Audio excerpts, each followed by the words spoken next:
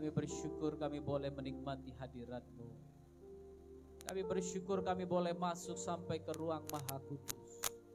Berjumpa Tuhan muka dengan muka. Bukan lagi hanya di pelataran-Mu, tapi sudah sampai kami bahkan bisa berjumpa dengan Tuhan. Kami bisa berbicara dengan Tuhan. Kami bisa menghadap Tuhan. Kami bisa meminta langsung kepada Bapa.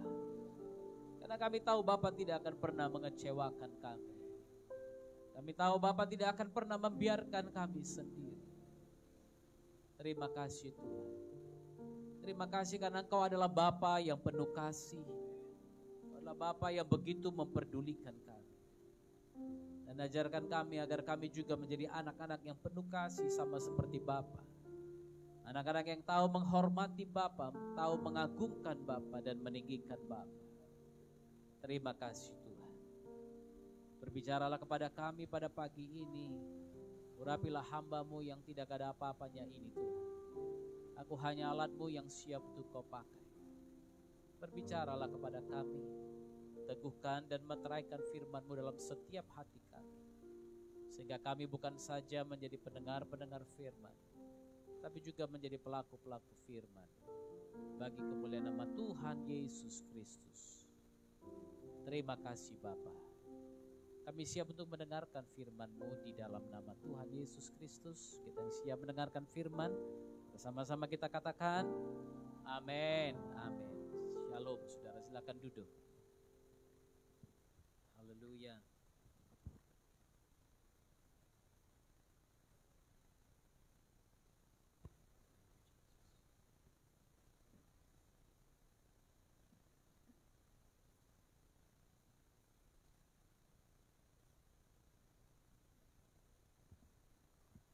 Haleluya. Kita bersyukur kita bisa berjumpa lagi di tempat ini, amin. Tuhan Yesus baik, amin. Haleluya. Saya percaya saudara ada di sini bukan kebetulan, tapi karena kemurahan Tuhan dan kebaikan Tuhan. Haleluya. Sebelum kita mendengarkan firman Tuhan, saya ingin Anda mendengar sebentar. Ini ada satu buku. Saya cuma pegang satu sebenarnya, tapi buku ini adalah buku yang ditulis untuk menyambut ulang tahun ke-60 Bapak Pendeta Jaharian Sonsaragi. Beliau adalah mantan Eporus GKPS tahun 2010 sampai 2015 dan saya salah satu penulis di buku ini. Jadi kemarin ada beberapa orang, mungkin ada 5-6 orang kami yang menulis. Jadi ada tulisan saya di sini tentang disiplin rohani. Anda boleh dapatkan ini di toko buku Gunung Mulia, GPK Gunung Mulia. Nah, kenapa saya suruh saudara membeli ini? Karena saya nggak tahu harganya berapa. Ini bukan untuk kami, saudara. Kalau Anda beli ini adalah untuk mendukung pelayanan misi di suku di Jambi. Ada satu suku anak dalam, saudara. Saya lupa nama sukunya apa, tapi mungkin Anda bisa baca nanti di sini. Ya, jadi Anda bisa membeli ini sekaligus mendukung misi. Oke? Siap? Nanti silahkan jalan-jalan ke toko buku. Tapi kalau saudara mau pesan juga boleh mungkin tuliskan atau kasih tahu kepada Ibu Gembala.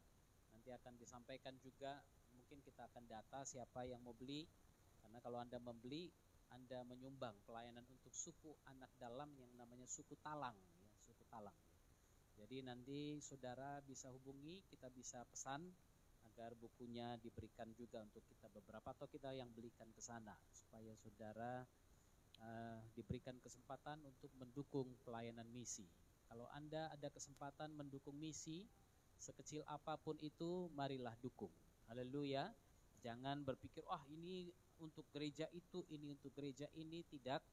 Nah, kemarin saya juga menghadiri emeritus dari hamba Tuhan ini. Beliau kebetulan kemarin emeritus, jadi di situ di launching sekalian bukunya dan kami sangat bersyukur. Saya sebagai salah satu ketua Asosiasi Pastoral Indonesia, saya diminta, maka nama bukunya Teologi Spiritualitas, ya, Teologi Spiritualitas, Gagasan dan Eksplorasi Teologi Spiritualitas Warisan Jaharian Sonsaragi. Beliau ini adalah cucu dari pendeta Saragi yang mendirikan atau yang pertama kali menjadi Eporus GKPS. Jadi saudara, Anda layak membeli buku ini karena saya kenal pribadi dengan beliau. Mungkin sudah 15 tahun saya kenal beliau. Saya tahu beliau ini adalah pendoa, orang yang berpuasa, yang menghadap Tuhan, dan pelayanannya lebih banyak di pelayanan pelepasan. Jadi setelah menjadi Eporus selama berapa tahun ini saya lihat sekali beliau ini rutin melayani pelayanan-pelayanan pelepasan, bahkan ke rumah-rumah sederhana pun beliau akan masuk. Karena itu saya rasa Anda layak mendukung dia. Mari kita akan lihat firman Tuhan dari Lukas pasal yang ke-15. Lukas pasal yang ke-15. Kita akan baca mulai dari ayat 11 sampai ayat yang ke-32. Lukas 15 ayat 11 sampai 32 kita baca berganti-gantian. Perumpamaan tentang anak yang hilang, tapi saya lebih suka pakai judulnya Bapa yang penuh kasih, karena saya percaya tokoh di sini bukan anak yang hilang, tapi Bapa yang penuh kasih itu. Oke? Ayat 11, Yesus berkata lagi, ada seorang mempunyai 2 anak laki-laki.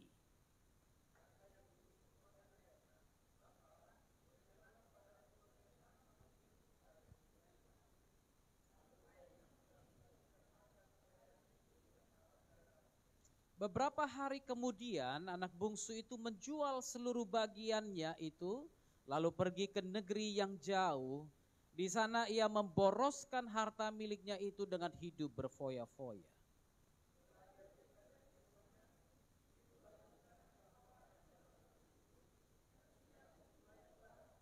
Lalu ia pergi dan bekerja pada seorang majikan di negeri itu. Orang itu menyuruhnya ke ladang untuk menjaga babinya.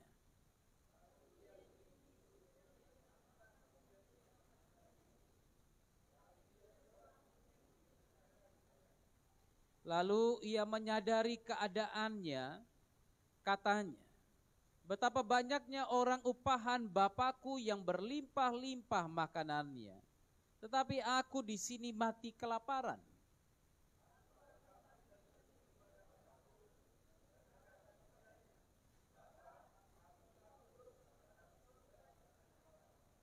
Aku tidak layak lagi disebutkan anak Bapa. Jadikanlah aku sebagai salah seorang upahan Bapa.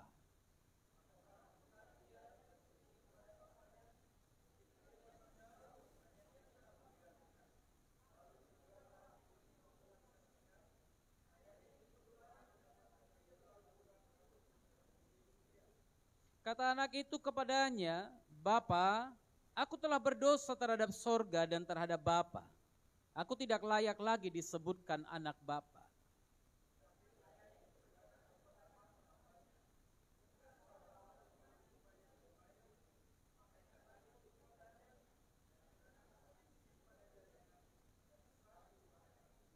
Dan ambillah anak lembu tambun itu, sembelihlah dia, dan marilah kita makan dan bersuka cita.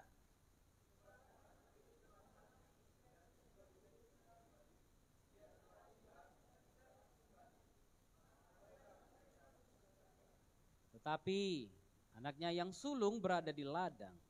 Dan ketika ia pulang dan dekat ke rumah, ia mendengar bunyi seruling dan nyanyian tari-tarian.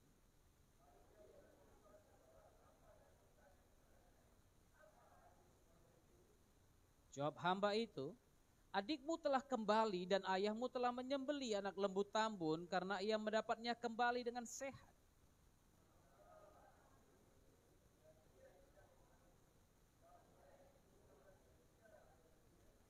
Tetapi ia menjawab ayahnya, katanya, telah bertahun-tahun aku melayani Bapa dan belum pernah aku melanggar perintah Bapa.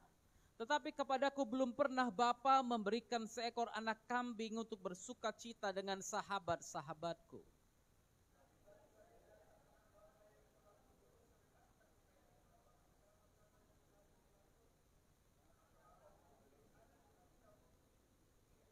Kata ayahnya kepadanya, anakku, engkau selalu bersama-sama dengan aku, dan segala kepunyaanku adalah kepunyaanmu.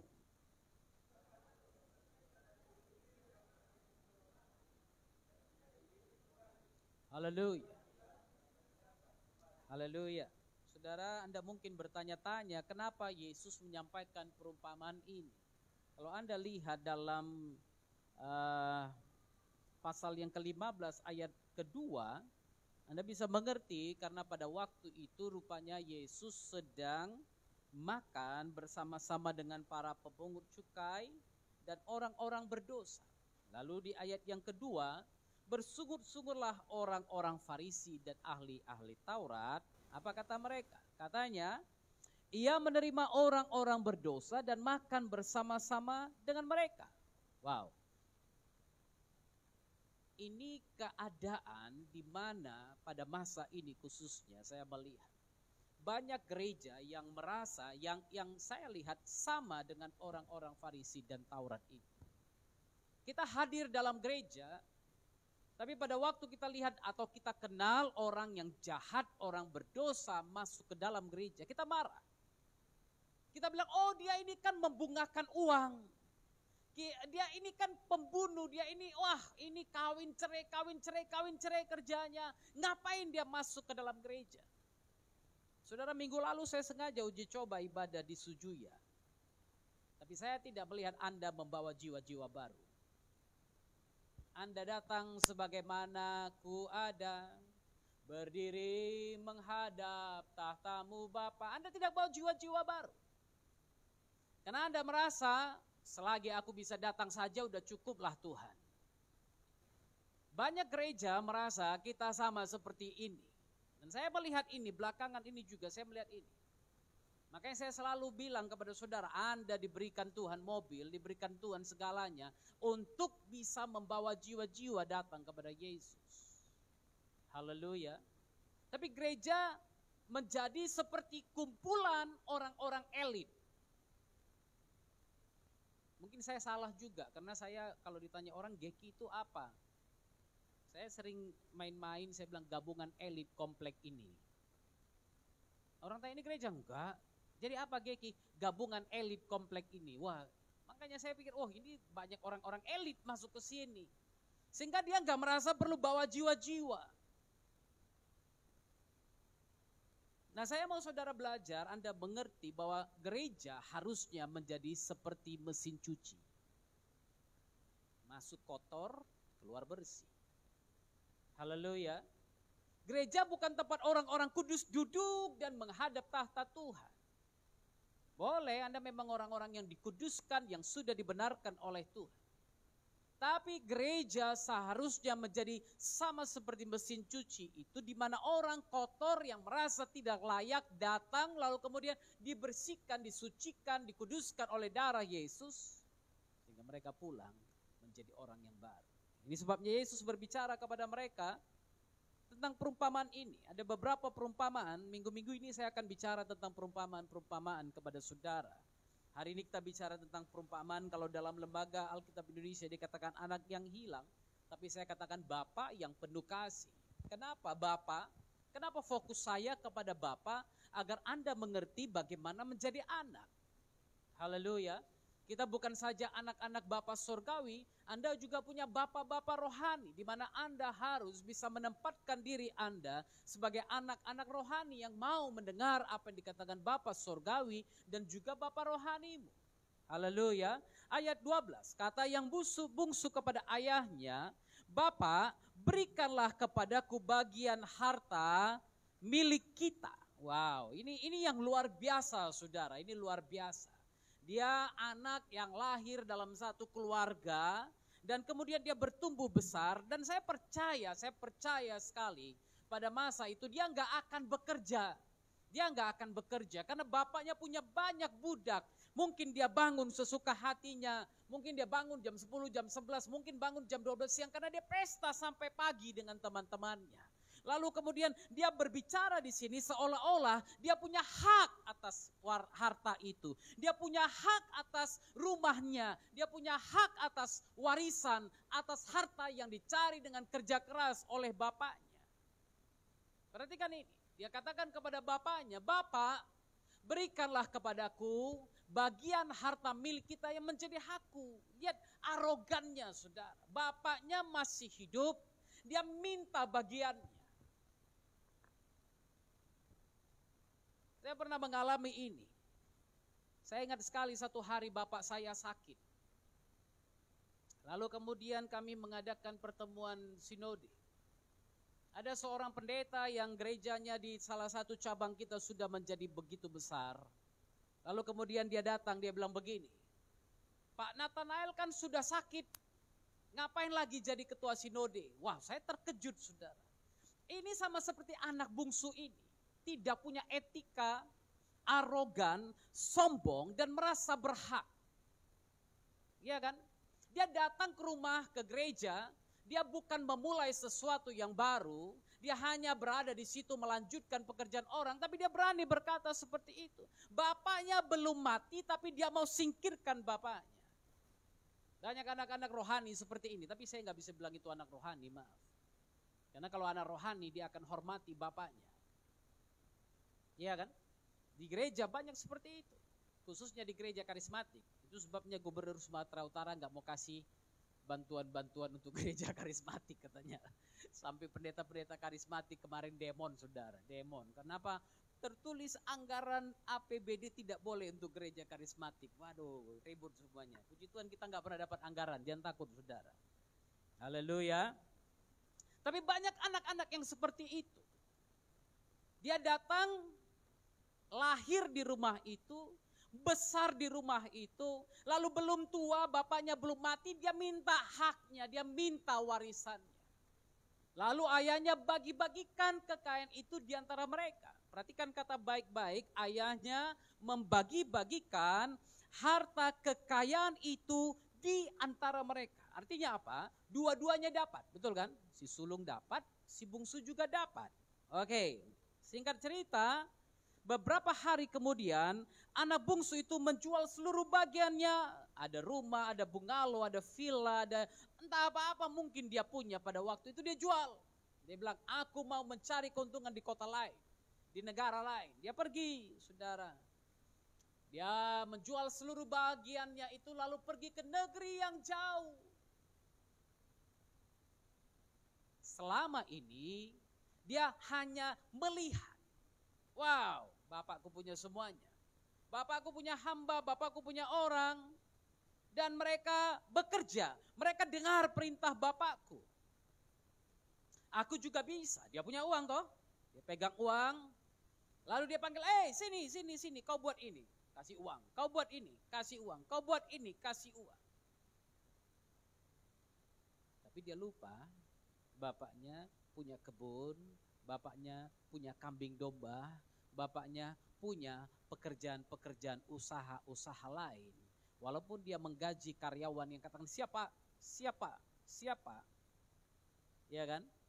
Harta, benda, semua yang dia punya akan tetap bertambah dan tidak berkurang. Tapi dia setelah menjual semuanya, dia tidak memikirkan aset apa yang harus dia miliki.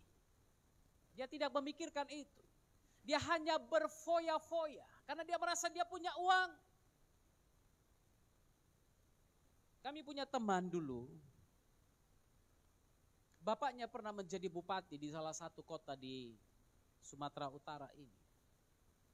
Waktu saya masih SMA, dia diantar naik mobil Toyota Camry baru. Supir dari pagi sampai sore menunggu dia. Baru-baru ini saya berjumpa dan saya ingat, saya tanya, gimana dengan kawan kita yang satu itu? Jawaban yang saya terima, saya dengar teman saya bilang begini, aduh Taf, kasihan. Harta bapaknya habis semuanya. Bahkan kakaknya nyanyi di salah satu diskotik di kota itu. Kakaknya sendiri. Dia bagaimana? Rumah pun tidak punya. Ngekos dari satu tempat ke tempat yang lain. Istrinya tinggalkan dia. Anak-anaknya tidak mau berurusan dengan dia. Karena apa? Dia pecandu narkoba. Anda bisa punya harta segunung, tapi kalau Anda tidak pandai mengelola dan tidak bijaksana, maka harta sebanyak apapun akan habis. Saya pernah membawa cucu dari salah seorang terkaya di kota Medan ini, di Sumatera Utara untuk kuliah di Malaysia. Saya daftarkan dia kuliah di sana. Kami duduk di meja makan, si cucu bilang begini, ngapain aku kuliah Pak? Opung kan punya kampus. Opung punya semua, kasih aja aku ijazah dari situ. Saya ketawa dengarnya. Saya bilang, iya kau bisa beli ijazah, tapi kau nggak bisa beli ilmu. Betul kan? Banyak pendeta juga begitu sekarang. Dia beli sarjana teologi, tapi otaknya belum tentu ada. Kemampuannya menganalisa firman belum tentu ada.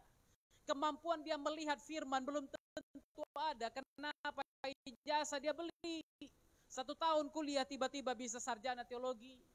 1 tahun kuliah tiba-tiba bisa sarjana pendidikan agama Kristen. Aneh kan? Tapi itulah yang terjadi pada masa-masa ini. Dia berpikir kalau dia punya uang, dia bisa buat segalanya. Tapi dia nggak tahu harta itu tiba-tiba akan habis. Dan kenyataan firman Tuhan katakan, setelah dia menjual seluruh hartanya, di sana dia memboroskan harta miliknya itu dengan hidup berfoya-foya. Tapi perhatikan saudara, ada abangnya di situ. Ini abangnya. Abangnya ngintip, mana tadi gambar tadi? Abangnya mengintip, ini menurut cerita, ini yang ada orang yang melukis gambar ini, bukan saya. Dan saudara bilang nanti, Pak Oktav jago lukis rupanya gitu kan. Ada orang yang melukis gambar ini atau kisah ini, lalu dia membuat gambaran seperti ini. Abangnya melihat adiknya hidup berfoya-foya. Saudara perhatikan itu, dia tahu. Dia tahu adiknya sedang hidup berfoya-foya, namun dia hanya lihat dari jauh dan dia berpikir, habiskan deh, biar mati kau deh, biar miskin kau deh. Wah saudara, kadang-kadang dalam keluarga pun ada yang seperti ini. Ada yang kelihatannya sebagai saudara, seperti saudara, tapi dalam hatinya ayo buat, biar mati kau, biar ditekan orang kau, biar gini kau, biar menderita kau, biar disiksa orang kau. Itu sebabnya saya selalu katakan hati-hati dengan orang yang dekat sekalipun denganmu. Orang yang justru paling dekat itu kelihatannya dekat, kadang-kadang dia justru bisa menjadi bahaya bagimu. Kalau dia tidak mau menegur engkau, berarti itu orang tidak layak menjadi sahabat, tidak layak menjadi saudaramu. Seorang saudara harusnya bisa menegur saudara yang lain. Karena kalau dia jatuh, maka dia juga akan merasakan itu. Itu saudara yang benar. Haleluya. Tapi si abang ini hanya melihat dari jauh. Dia menonton, dia mengatakan kapan kau habis semuanya. Tapi memang ya itu pasti akan terjadi saudara. Karena biasanya orang sudah diberkati, begitu diberkati, dia tidak peduli dengan Tuhan. Saya udah lihat ini. Orang minta kerja, diberkati Tuhan, tiba-tiba Tuhan ditinggalkan. Orang minta berkat, diberkati Tuhan, tiba-tiba Tuhan dilupakan. Semuanya Tuhan kasih. Anda di sini pun banyak yang seperti itu. Anda datang ke tempat ini, Anda tidak punya pekerjaan, Anda terbengkalai, Anda diabaikan orang, Anda belajar firman Tuhan, Anda diperlengkapi. Lalu setelah itu Anda mulai melupakan Tuhan. Kenapa terlalu banyak kerjaanku Pak? Ayat 14 apa yang terjadi? Setelah dihabiskannya semua itu, habis semua yang diberikan Tuhan. Karunia talenta yang diberikan Tuhan diabaikan, dibuang begitu saja, tidak dipakainya. Setelah dihabiskan semua itu, timbullah bencana kelaparan di dalam negeri itu. Dan ia pun mulai melarat. Ya kan? Mulai melarat. Kenapa? Satu persatu udah mulai dipakai, mulai habis. Tabungan dikerok, deposito habis, saham habis, rumah udah dijual nggak ada lagi. Mau tinggal di mana? Minimal mikir dong tinggal di mana. Ya kan? Minimal mikir dong, aku harusnya beribadah di mana? Aku harusnya jadi anak di mana? Aku harusnya tinggal di mana? Haleluya. Kenapa? Jalan-jalan itu enak. Enak jalan-jalan. Makanya banyak orang suka gereja jalan-jalan kan.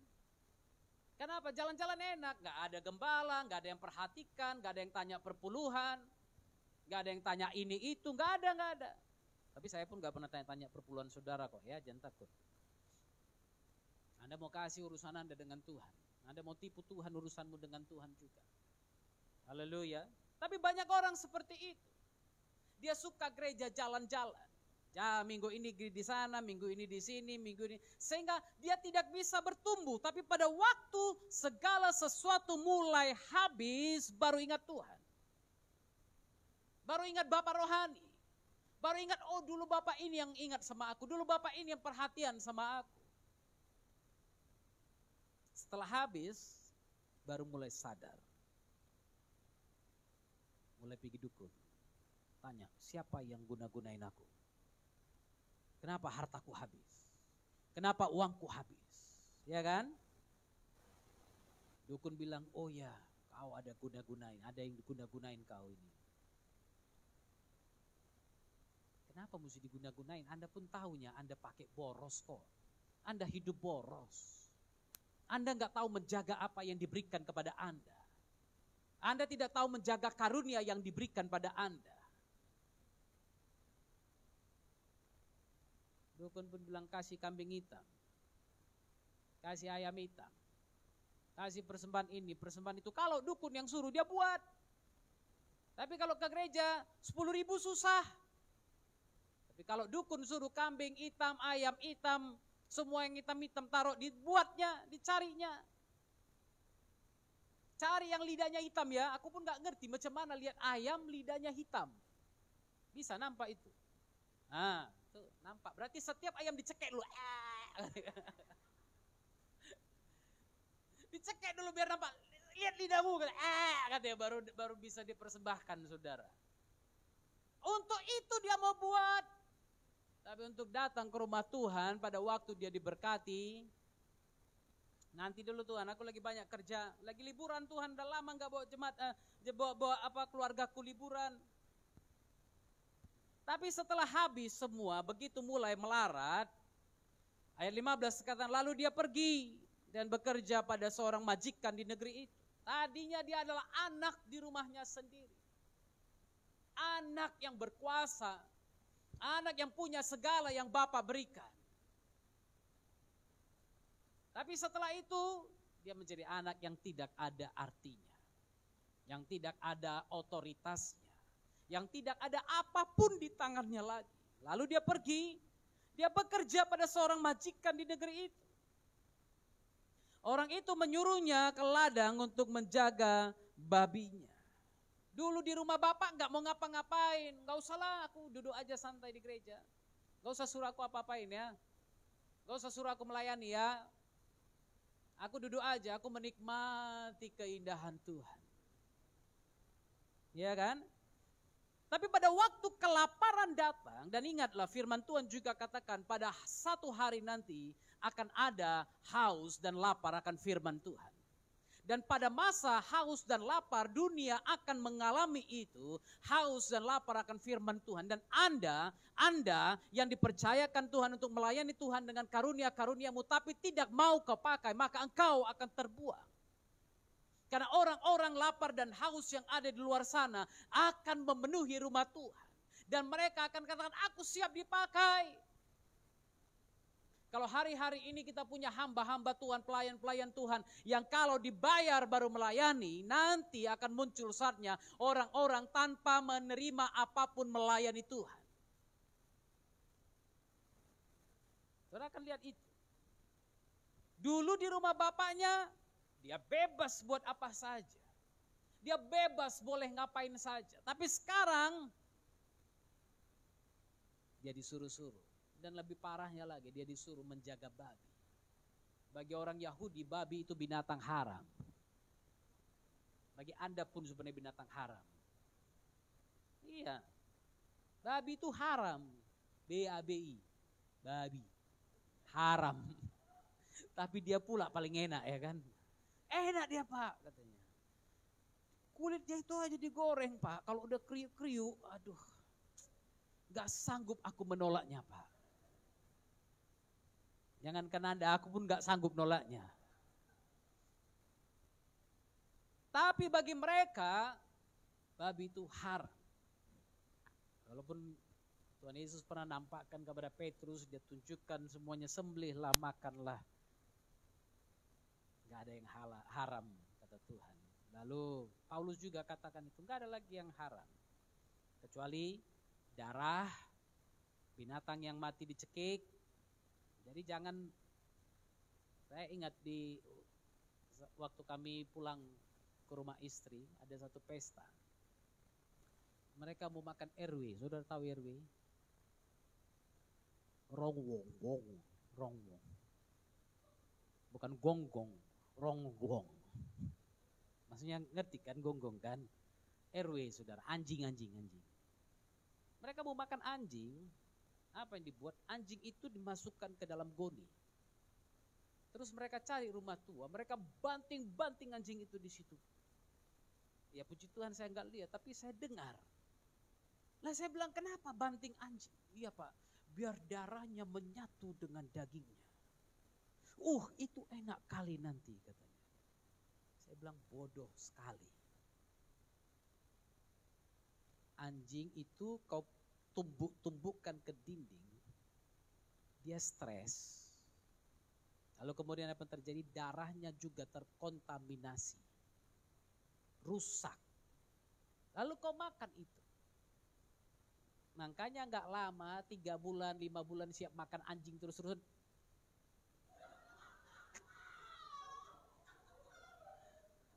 Iya, stroke.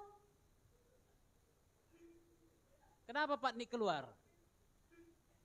Anjing terus dimakan. Kalau aku Pak seminggu nggak kena anjing, aduh, iya, tunggu. Siap itu datang sama Tuhan.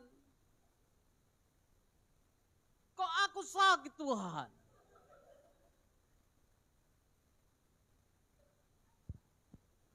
Memang mulut ini nggak bisa dijaga, susah memang.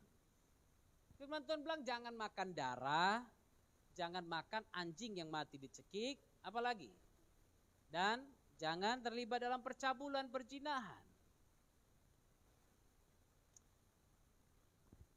Dia bekerja akhirnya di tempat orang yang menyuruh dia melakukan yang terlarang menurut keyakinan dia pada waktu itu. Dia terpaksa menjaga babi. Lalu dia ingin mengisi perutnya dengan ampas yang menjadi makanan itu. Tadinya di rumah bapak dia dapat makanan yang benar. Betul kan? Di rumah bapak rohani dia dikasih firman yang benar, dikasih firman yang baik. Oh, dia nggak mau. Dia pindah sana, pindah sini. Akhirnya apa yang dimakannya? Ampas. Ampas yang dimakan. Pergi sana dapat ampas, pergi sini dapat ampas, pergi sana dapat ampas. Tapi ya udahlah, demi gengsi. Gak apa-apa lah, ampas pun kumakan gitu kan. Berusaha dulu, berjuang dulu hidup di sini. Yang penting aku hidup dulu. Tapi akhirnya dia sadar. Tidak seorang pun yang memberikannya kepadanya. Waduh, ini belum sadar saudara. Ampas pun mau dimakan orang gak kasih. Gara-gara kau babiku kurus. Mana mau aku rugi. Mending kau yang kurus daripada babiku kurus. Benar loh saudara. Aduh, saya punya kawan-kawan yang peternak babi di Sibolga di beberapa tempat. Saya pernah datang sama Pak Fitrianus. Kami datang waktu itu baru-baru COVID. Mau masuk COVID lah, belum COVID tapi sudah ada flu babi lah, pilek babi lah, batuk babi lah, entah apa-apa. Pokoknya babinya mulai pilek, batuk, flu. Saya bilang, aduh ini mungkin harus campur redox, Paramex ke dalamnya atau Panadol biar sembuh gitu kan. Oh dia bilang enggak Pak, ini lebih parah lagi Pak. Lalu saya bilang, iya Pak. Wah ini kebetulan waktu itu kami baru buat ekoenzim, bagaimana cara membuat ekoenzim. Lalu saya cerita dengan dia, ternyata dia pakai ekoenzim untuk kasih makan babinya. Wow, saya bilang bagus sekali. Lalu kami bilang, Pak boleh lihat enggak babinya? Aduh Pak jangan dulu ya, jangan dulu. Loh saya bilang kenapa Pak? Ini lagi flu babi Pak. Nanti kalau Bapak masuk mana tahu bawa virus. Aku pendeta pun dituduhnya gitu. Aku pendeta gak dikasih masuk lihat kandang babi dia. Karena dia gak mau babinya kurus. Dia gak mau babinya sakit. Bayangkan satu babi waktu itu 2-3 juta. Sekarang udah entah berapa juta, 5-6 juta saudara. Bayangkan seperti itu. Sehingga bagi dia babi itu lebih berharga daripada orang. Kau datang dan pergi. Aku di sini yang hadapi, kalau babiku mati nanti rugi aku, katanya. Ini yang terjadi. Dia mau makan ampas babi tapi tidak seorang pun mengizinkannya. Ampas loh yang dia mau makan. Kadang-kadang kita juga seperti itu. Kita menjadi pengelana-pengelana dalam gereja. Anda dapat firman yang benar, Anda tolak, Anda tolak, Anda tolak. Tapi akhirnya Anda keliling sana kemari, Anda dapat ampas, itu pun gak dapat, gak dikasih. Gak dikasih. Bagaimana caranya? Aku udah salah, Pak. Gak apa-apa. Ayat 17 katakan, lalu ia menyadari keadaannya. Haleluya. Dia menyadari keadaannya, katanya, betapa banyaknya orang upahan Bapakku yang berlimpah-limpah makanannya, tetapi aku di sini mati kelaparan. At least and at last. Akhirnya dan paling akhir sadarlah dia. Ia menyadari keadaannya. Masih syukur saudara, masih sadar. Ada orang setelah mengalami masalah pun tidak sadar-sadar. Dia sudah melarat, dia sudah kelaparan, dia sudah hampir tidak bisa hidup, dia masih tidak sadar. Secara rohani sudah melarat, secara rohani sudah sekarat tapi tidak mau sadar. Ini masih syukur firman Tuhan katakan, Yesus mengatakan dalam perumpamaan itu, dia menyadari keadaannya lalu berkata, ini lihat, ini self-talk, bicara diri. Dia bicara kepada diri sendiri. Sama seperti Daud selalu berbicara kepada diri sendiri. Saya juga selalu bicara kepada diri saya sendiri. Saya selalu bilang, Oktav jangan khawatir, Oktav jangan takut. Oktav jangan bersedih. Oktav percaya saja Tuhanmu adalah Tuhan yang besar.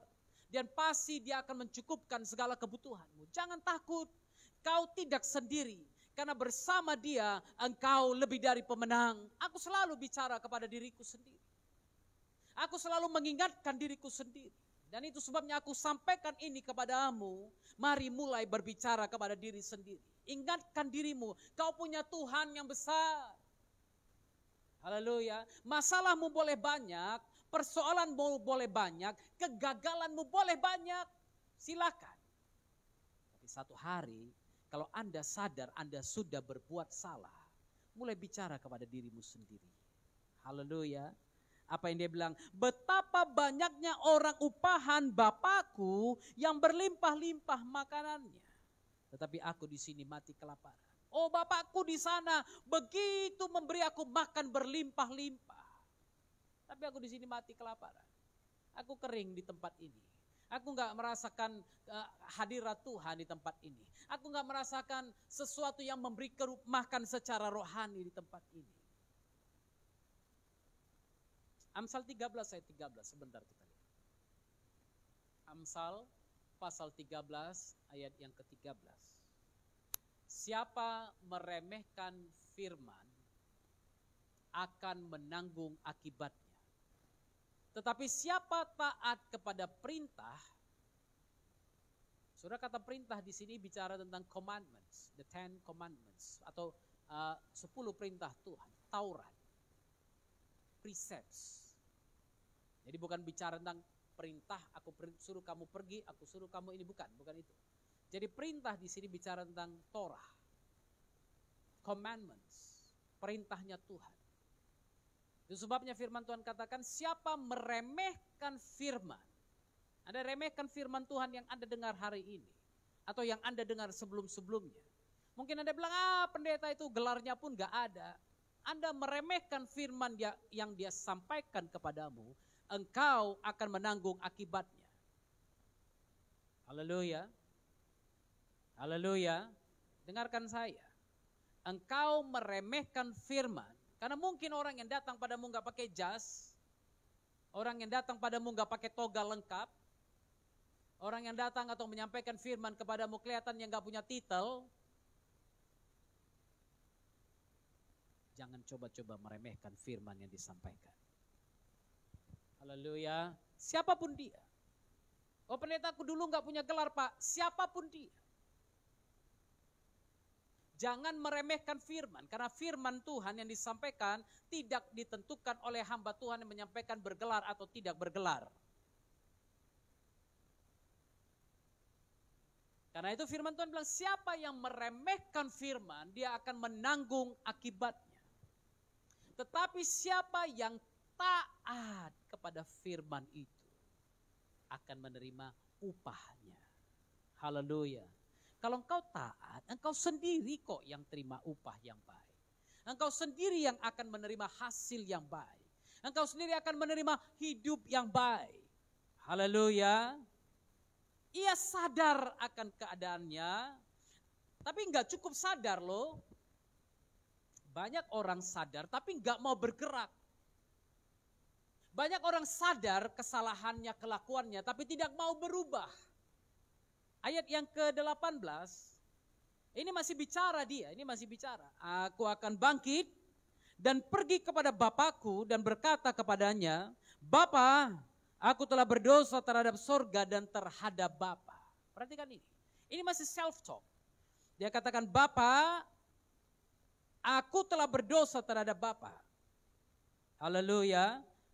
Aku akan bangkit dan aku akan pergi kepada Bapakku. Aku akan berkata kepadanya. 3 hal dia katakan. Aku akan bangkit, aku akan pergi, lalu setelah itu aku akan berbicara kepadanya. Aku tidak layak lagi disebutkan anak Bapa. Jadikanlah aku sebagai salah seorang upahan Bapa. Self-talk. Dia masih berandai-andai di sini. Sama seperti kita, kadang-kadang kalau kita jatuh dalam dosa, kita berbuat salah. Kita berandai-andai, kita bilang Tuhan ya udahlah. Gak kau ampuni pun aku gak apa-apalah Tuhan. Mati pun aku siapnya aku Tuhan. Yang penting masuk surga. Gak diampuni gak apa-apa, tapi mati mau masuk surga. Kan hebat juga kita ini kan. Yalah Tuhan, ya udahlah Tuhan, hukum aja lah aku Tuhan, biarlah aku menderita gak apa-apa lah Tuhan, gak apa-apa lah. Kadang-kadang kan kita self-talk begitu kan. Itu kan self-talk namanya. Kita bicara diri, itu bicara diri. Kita selalu begitu. Tuhan aku mau bangkit, aku mau kembali, aku mau bertobat Tuhan. Ya Tuhan ampunilah aku Tuhan, jauh kali aku darimu Tuhan. Tapi seringkali kita ngomong, tapi kita gak bangkit. Kita gak bergerak. Kita gak keluar dari zona nyaman itu. Kita gak keluar dari dosa itu. Ada seorang yang menulis begini, repentance is not when you cry. It's when you change. Pertobatan bukanlah ketika Anda menangis, tetapi ketika Anda berubah. Anda kalau ada KKR nangis, air mata turun, ingus keluar, ludah keluar, semua keluar. Ampuni aku Tuhan, semua keluar. Muntah-muntah lagi dia guling-guling di bawah. Baru dipegang tercampak 5 meter. Kan ada orang gitu, kalau gak tercampak, gak jatuh, gak alami mujizat Tuhan, aku macam gak ada hadirat Tuhan kalau gak jatuh. Makanya saya selalu bilang, saya bangga dengan Reinhard Bongke almarhum. Karena setiap kali dia maju ke depan altar, dia bilang Tuhan, Roh Kudus bekerja dengan kuat kuasamu tanpa menjatuhkan mereka. Ya kalau 1000 depan jatuh, apa 10.000 belakang gak bisa jatuh? Jatuhlah. Iya kan? Tidak semua yang 10.000 itu jatuh karena kuasa Roh Kudus. Itu sebabnya tidak semua orang yang jatuh pada waktu didoakan karena Roh Kudus. Anda lagi nangis, dipegang gini aja pun jatuh. Itu secara psikologi. Kalau kuasa Tuhan Anda tidak perlu dipegang, Roh Kudus menjamah Anda. Haleluya. Haleluya. Jadi bukan tentang nangisnya. Pertobatan bukanlah ketika Anda menangis, tapi ketika Anda berubah. Ini yang terjadi dengan anak bungsu ini. Ayat 20 katakan, maka bangkitlah ia. Ini baru pertobatan. Haleluya. Kalau yang tadi masih self-talk. Aku akan begini, aku akan begitu, aku akan melayani lagi, aku akan beri persembahan lagi, aku akan beri perpuluhan. Aku janji Tuhan kalau aku diberkati Tuhan, aku akan kasih 100 juta untuk Tuhan. Aku janji begini, aku janji begitu. Aku janji Tuhan kalau aku Tuhan berkati, kalau Tuhan kasih aku suami yang bagus, suami yang ganteng, suami yang hebat, suami yang kaya. Aku janji Tuhan sejak hari itu aku akan diam di rumah Tuhan seumur hidup. Itu apa kawin? Janji itu ingat-ingat. Aku janji Tuhan, siap aku kawin aku akan tinggal di rumah Tuhan. Lah sebelum kawin lah tinggal di rumah Tuhan. Siap kawin tinggal di rumah istri. Di rumah suami maksudnya. Yang rumah istri. Istri-istri kalau suamimu belum punya rumah, minta tinggal rumah orang tua, jangan mau. Haleluya, kecuali mamanya satu-satunya nggak open urusan anaknya, boleh. Kalau mamanya kepo, semua urusan anaknya, urusan anak cucunya pun mau diurusnya, jangan di situ. Karena firman Tuhan bilang apa? Laki-laki akan meninggalkan ayahnya dan ibunya dan bersatu dengan istrinya. Haleluya. Karena itu kalau lihat, kalau mamanya baik, mertuanya baik, bolehlah. Ya kan? Ada kawan-kawan saya yang dengar khotbah, saya bilang, gimana Pak Okta, mertuaku, aduh udah kasihan udah gini. Oh kalau gitu kau yang harus jaga. Jangan alasan apa yang dibilang Pak Oktav atau firman Tuhan, kau tinggalkan, gak bisa. Tapi bilang sama mamanya, mama jangan kepo urusan keluargaku. Urusan istriku, urusan suamiku adalah urusanku, bukan urusan mama. Mama urus saja keluarga mama. Siapa keluarga mama? Aku, mama urus aku. Mama marah-marah aku pun gak apa-apa. Tapi jangan ikut campur urusan keluargaku. Stop. Haleluya. Ini dia, tadi intermezzo sedikit. Itu gratis, iklan gratis bagi saudara. Biar Anda ingat, nah nanti Anda bisa lihat di YouTube saya, khotbah-khotbah tentang keluarga banyak di YouTube saya. Haleluya. Bangkitlah ia dan pergi kepada bapaknya. Bangkit dan pergi. There is an action, ada satu tindakan. Dia bangkit, bisa bangkit, tapi bisa nggak dia nggak berdiri, nggak pergi? Bisa. Dia bisa bangkit berdiri dan lalu dia bilang, nanti nggak diterima kayak mana? Kan bisa. Malu kali aku mau taruh di mana muka aku kalau aku balik. Mau pergi kemana aku? Tapi puji Tuhan, firman Tuhan, Lukas mencatat dengan sangat detail. Lukas ini tabib, saudara, dokter. Itu sebabnya yang dia tulis sangat mendetail. Bangkitlah ia dan pergi kepada bapaknya. Haleluya.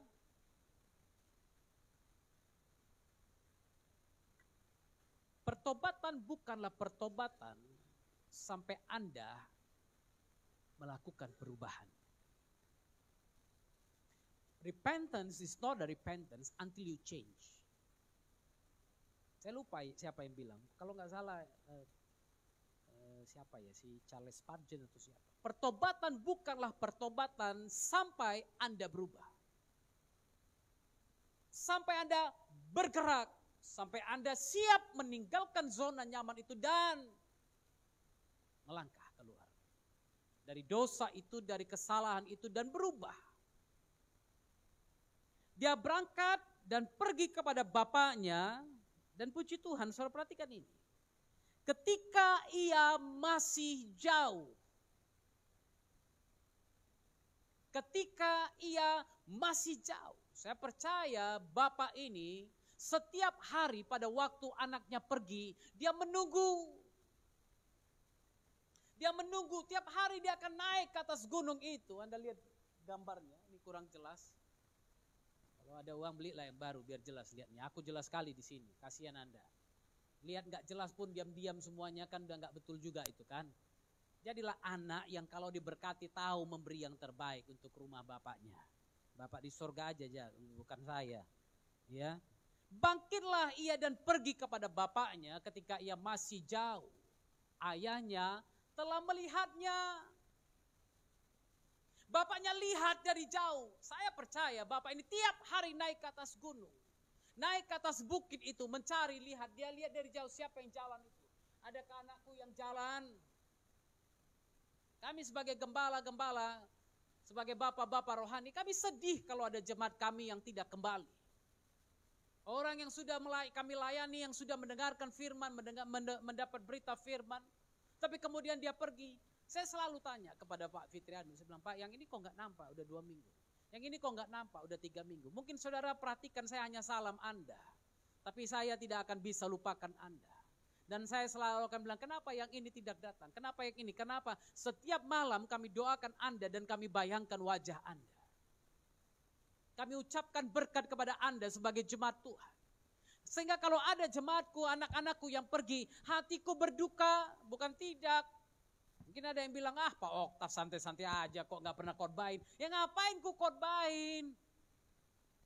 Anda pergi kan hak Anda. Haleluya. Seperti anak tadi bilang, Pak berikan warisanku, aku pergi. Aku paling-paling bisa kasih warisan. Ku doakan kau dalam nama Yesus dimanapun kau berada, kau diberkati. Haleluya. Itu yang saya selalu lakukan bagi orang-orang yang merasa, Pak aku mau pergi, silakan, aku doakan kau berhasil. Dimanapun kau berada, kau diberkati Tuhan. Tapi hatiku tetap rindu. Hatiku tetap rindu. Seorang bapak yang benar, dia pasti rindu anaknya kembali.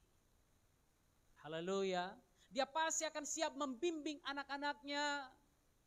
Itu sebabnya ada jemaat kita yang sudah tidak beribadah di sini, telepon saya angkat kok. Nah, tanya nasihat dari saya berikan nasihat kepada dia. Kenapa? Walaupun dia menganggap dia bukan anak, tapi dia pernah aku didik. Minimal itu yang selalu saya lakukan. Seorang bapak akan melihat, dia lihat dari jauh.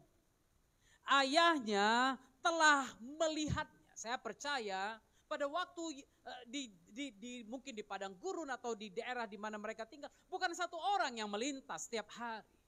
Itu adalah lintasan, mungkin belum ada aspal pada masa itu, mungkin jalan berbatu-batu, tapi banyak orang yang akan melintas. Tapi percayalah, ayah itu yang setiap hari melihat orang yang melintas itu, dia tahu yang mana anak, yang mana bukan. Haleluya. Walaupun kalau Anda perhatikan firman ini dengan seksama, Anda bisa melihat anak itu pasti berubah. Dulu mungkin dia agak gemuk, sekarang karena kelaparan berbulan-bulan, makan ampas pasti badannya kurus. Waktu dia jalan, mungkin berhari-hari, berminggu-minggu dia jalan, tertatih-tatih jatuh, kakinya terluka. Mungkin dia jalan pincang-pincang, tapi percayalah, Bapak itu mengenalnya. Haleluya. Anda mungkin hancur. Anda mungkin terluka.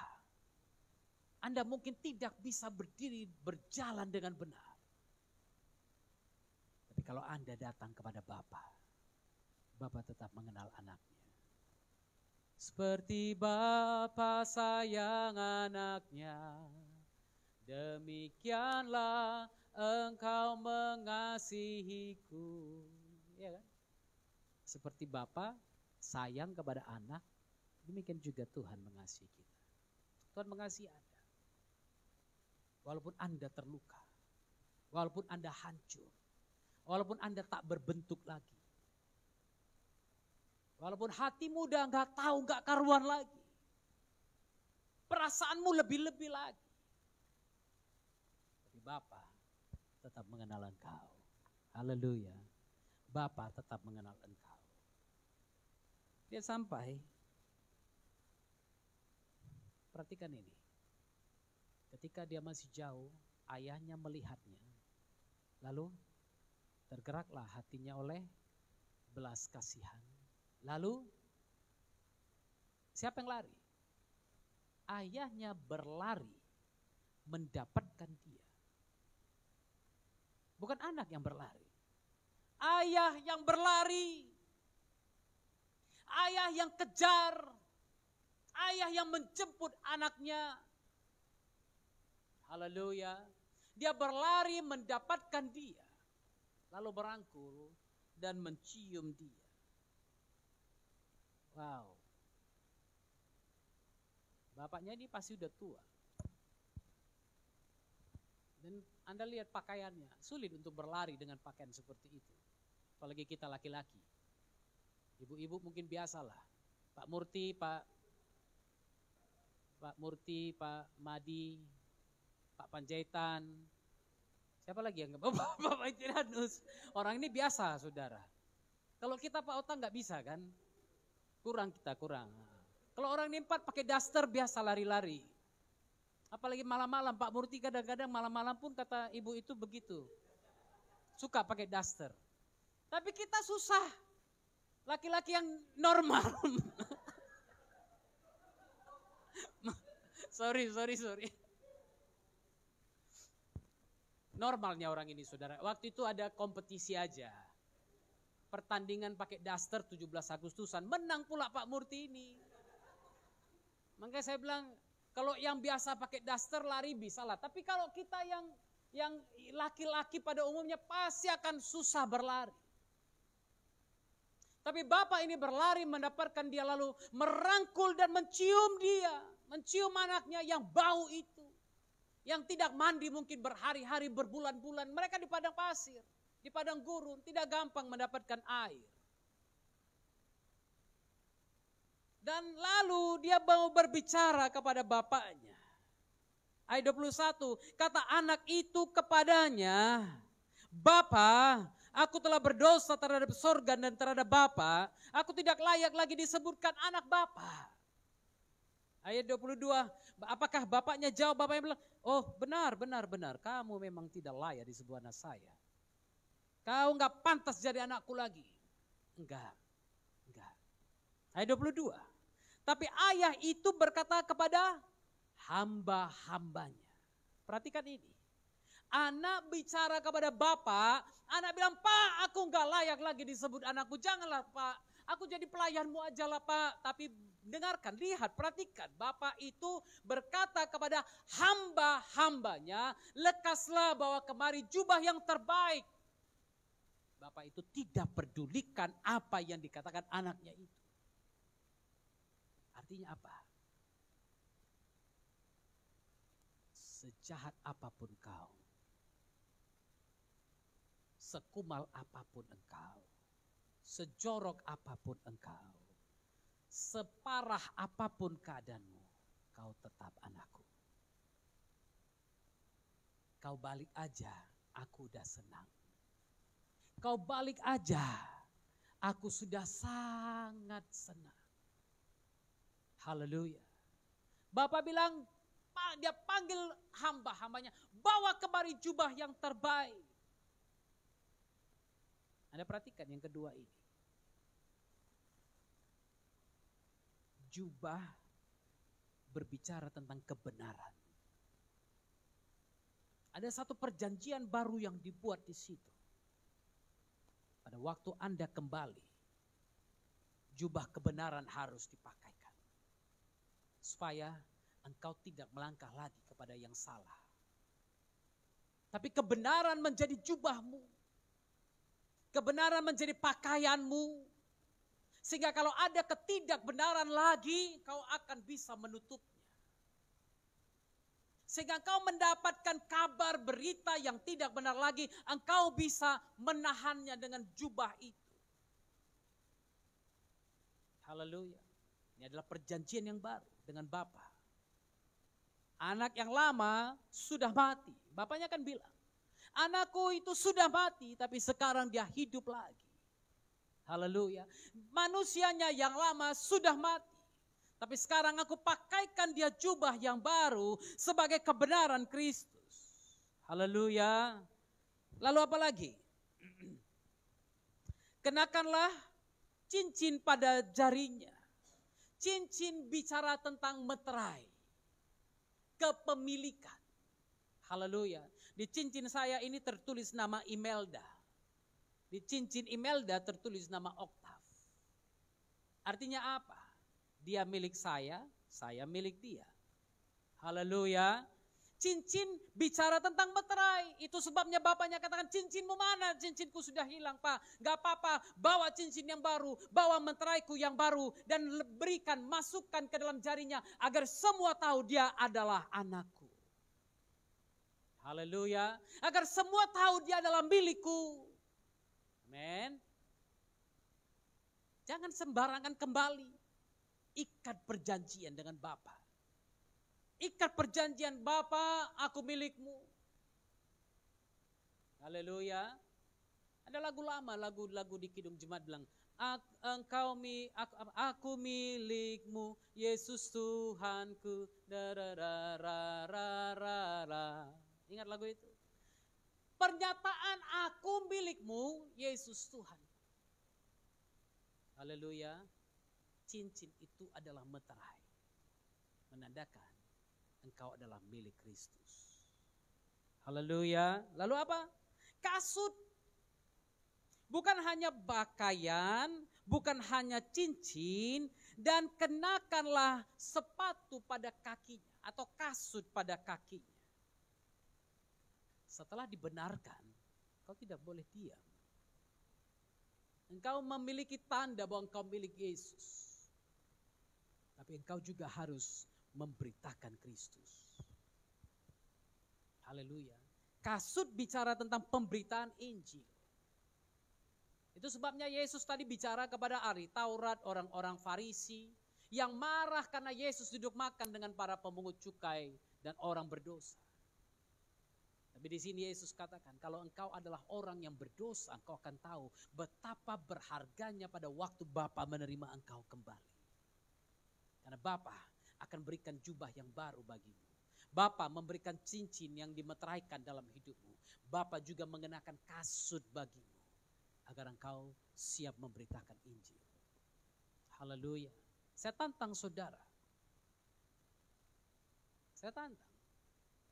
Karena di Sujuya memang belum bisa masuk, banyak yang belum siap. Tapi saya tantang saudara mulai mencari jiwa. Cari jiwa. Cari jiwa. Pakai kasut itu. Bapak berikan kasut pada saudara. Bapak berikan sepatu di kakimu. Tujuannya agar engkau mencari jiwa. Haleluya. Cari jiwa bagi Yesus. Haleluya. Dan ambillah anak lembu tambun itu. Sembelilah dia. Dan marilah kita makan dan bersuka cita. Karena kalau satu jiwa bertobat, seluruh kerajaan sorga bersuka cita juga. Haleluya. Tepuk tangan dong untuk Tuhan Yesus. Satu jiwa saja bertobat, berlaksa-laksa malaikat di sorga bersuka cita. Coba lihat. Kalau Anda bawa satu jiwa, orang yang selama ini tidak mau bergereja lagi. Orang yang selama ini sakit hati dengan Tuhan. Orang yang selama ini sakit hati dengan pendeta, dengan gereja, dengan siapa. Bawa dia kepada Tuhan. Maka saya percaya jiwa-jiwa, malaikat Tuhan di sana bersuka cita. Apalagi kalau orang yang belum kenal Yesus diperjumpakan dengan Yesus. Saya percaya malaikat Tuhan pun berdiri menyambut mereka itu. Haleluya. Sebab anakku ini telah mati dan menjadi hidup kembali. Ia telah hilang dan didapat kembali. Maka mulailah mereka bersukaria. Haleluya. Tetapi anak yang sulung yang sedang berada di ladang ketika ia pulang dan dekat ke rumah, ia mendengar bunyi seruling dan nyanyian tarian. Lalu ia panggil salah seorang hamba dan bertanya kepadanya, apa arti semuanya itu? Jawab hamba itu, adikmu telah kembali dan ayahmu telah menyembeli anak lembu tambun karena ia mendapatnya kembali dengan sehat. Maka marahlah anak sulung itu dan ia tidak mau masuk. Lalu ayahnya keluar dan berbicara dengan dia. Coba lihat, tiap hari dengan bapaknya. Tiap hari menikmati berkat bapaknya. Padahal dia udah terima warisan juga loh.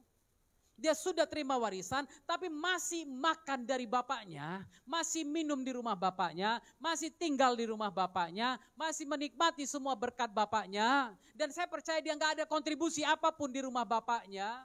Karena dia kerja, dia pasti mau untung juga di rumah bapaknya. Dia pasti mau berkat juga dari rumah bapaknya.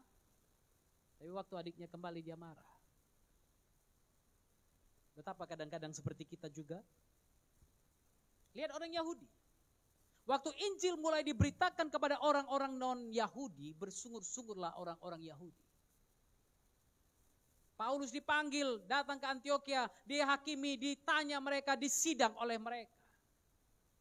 Mereka bilang, oh mereka juga harus ikuti cara Yahudi. Tapi Paulus bilang, tidak.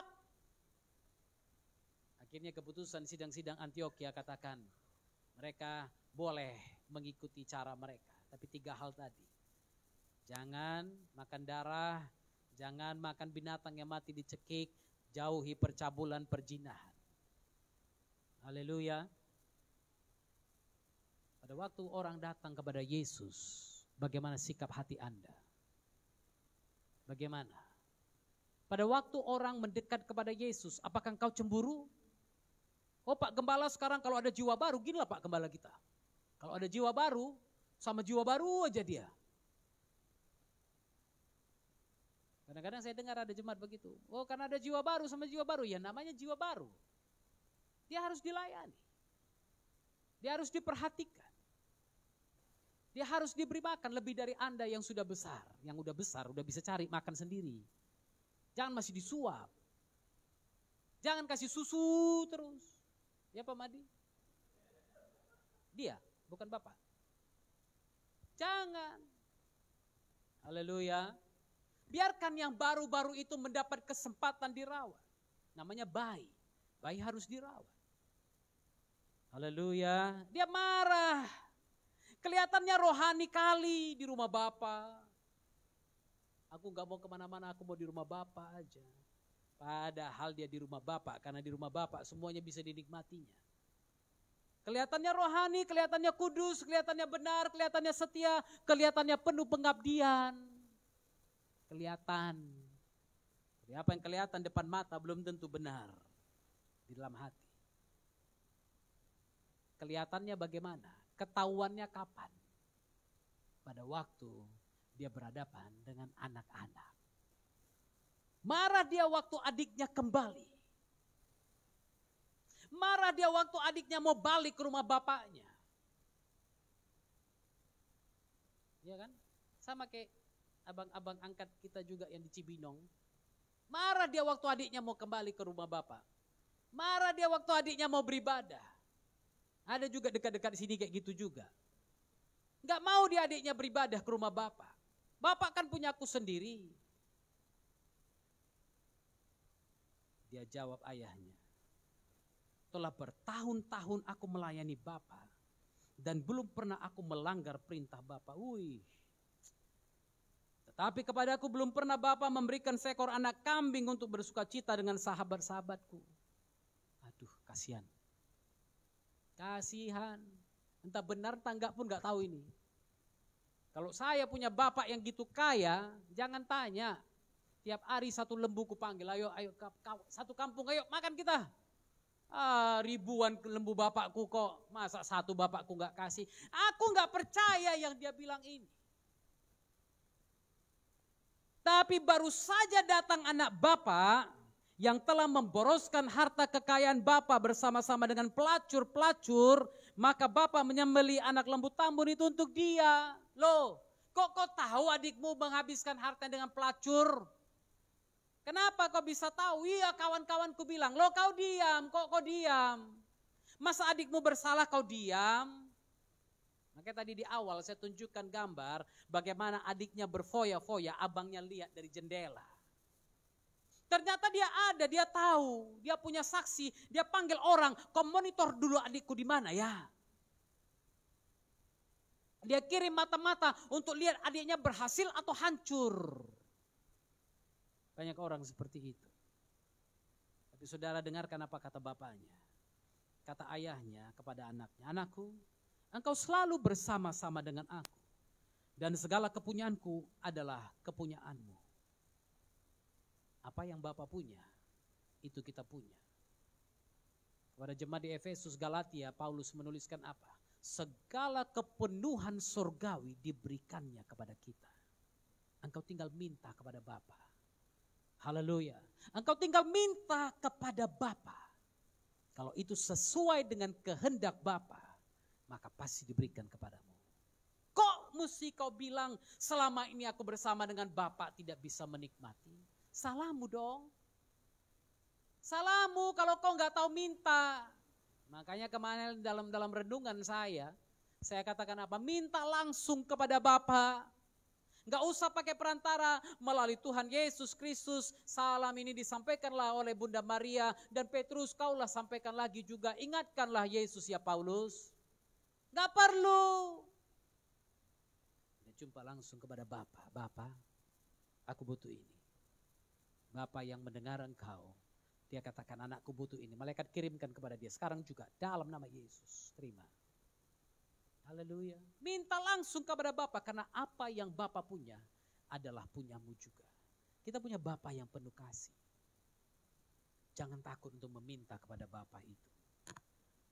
Yeskel pasal 3. Saya tutup dengan ayat ini. Yeskel 3, 18 sampai 21. Yeskel pasal 3. Ayat yang ke-18 sampai 21. Kalau aku berfirman kepada orang jahat, engkau pasti dihukum mati.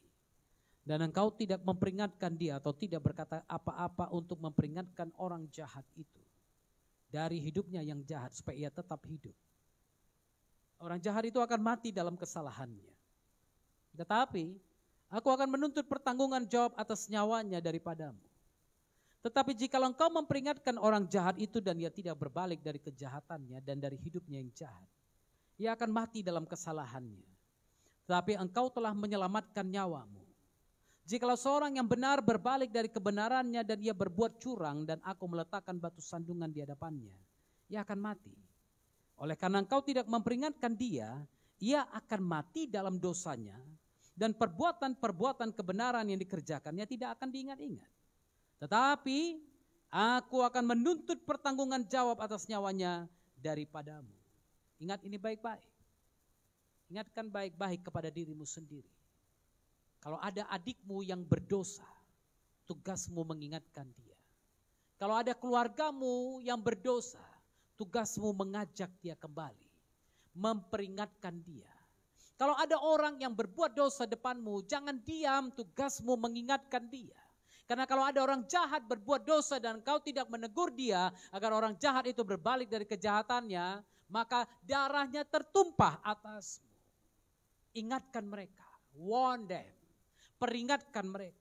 Itu sebabnya dalam pasal 15 ayat 7 Yesus berkata, demikian juga akan ada sukacita di sorga karena satu orang berdosa yang bertobat lebih daripada sukacita karena 99 orang benar yang tidak perlu pertobatan. Banyak orang duduk di gereja dan dia merasa khotbah ini bukan untukku, aku kan orang benar, aku kan orang yang udah bertobat, ngapain aku dikhotbahkan ini lagi?